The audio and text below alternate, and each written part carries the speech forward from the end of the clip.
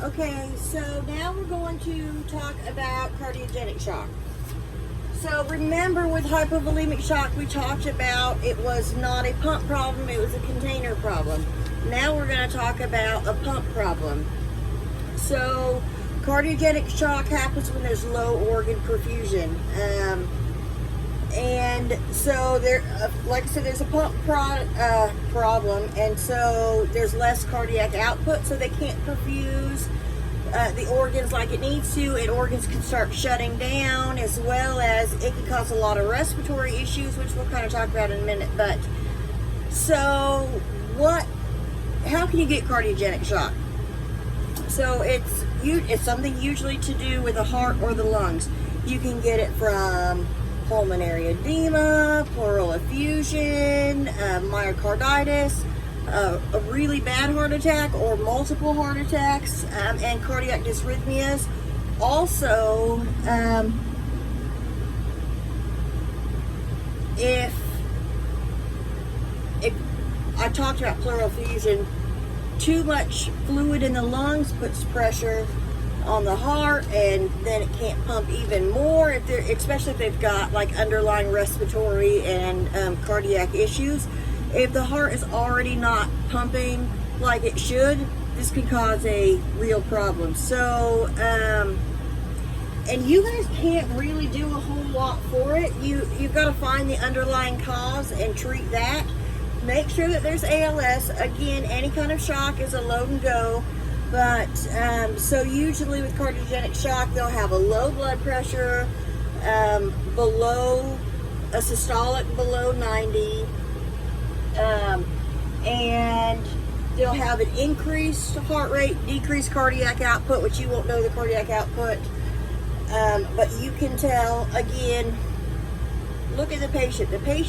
How the patient looks will tell you so much about them. And they'll look sick and they'll feel sick. So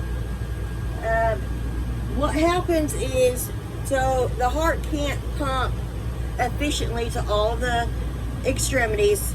So when it doesn't pump to the extremities, it shunts towards the organs, shunts towards the heart, shunts towards the brain. But if it's still not pumping like it should, then the organs will start to shut down. So oxygen doesn't get to the cells. The cells then start to become necrotic, and then there's problems. It just all kind of goes downhill from there. One thing that you really need to do, that you can do no matter what, is put oxygen on them. Keep oxygen on them, because they're not perfusing well. So you want to get that oxygen in there and try to help the perfusion as much as you can. And then for ALS, vasopressors. You have to be very careful with fluid resuscitation, because a lot of these already have heart problems. So, and some of this is caused from excess fluid.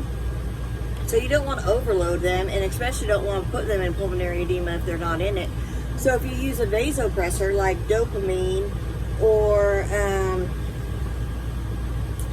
norepinephrine, but we don't carry that. But anyways, that can increase the heart rate as well as increase the blood pressure to an adequate level without the cellular problems of the isotonic fluid flooding out everything. Because remember, salt follows water.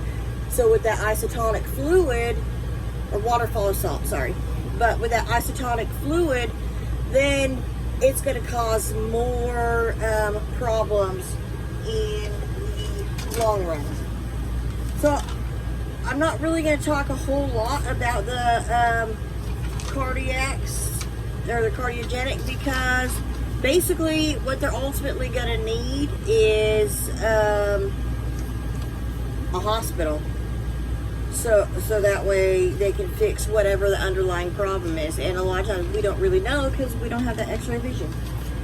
So anyways, there you go for cardiogenic. There'll be more to follow.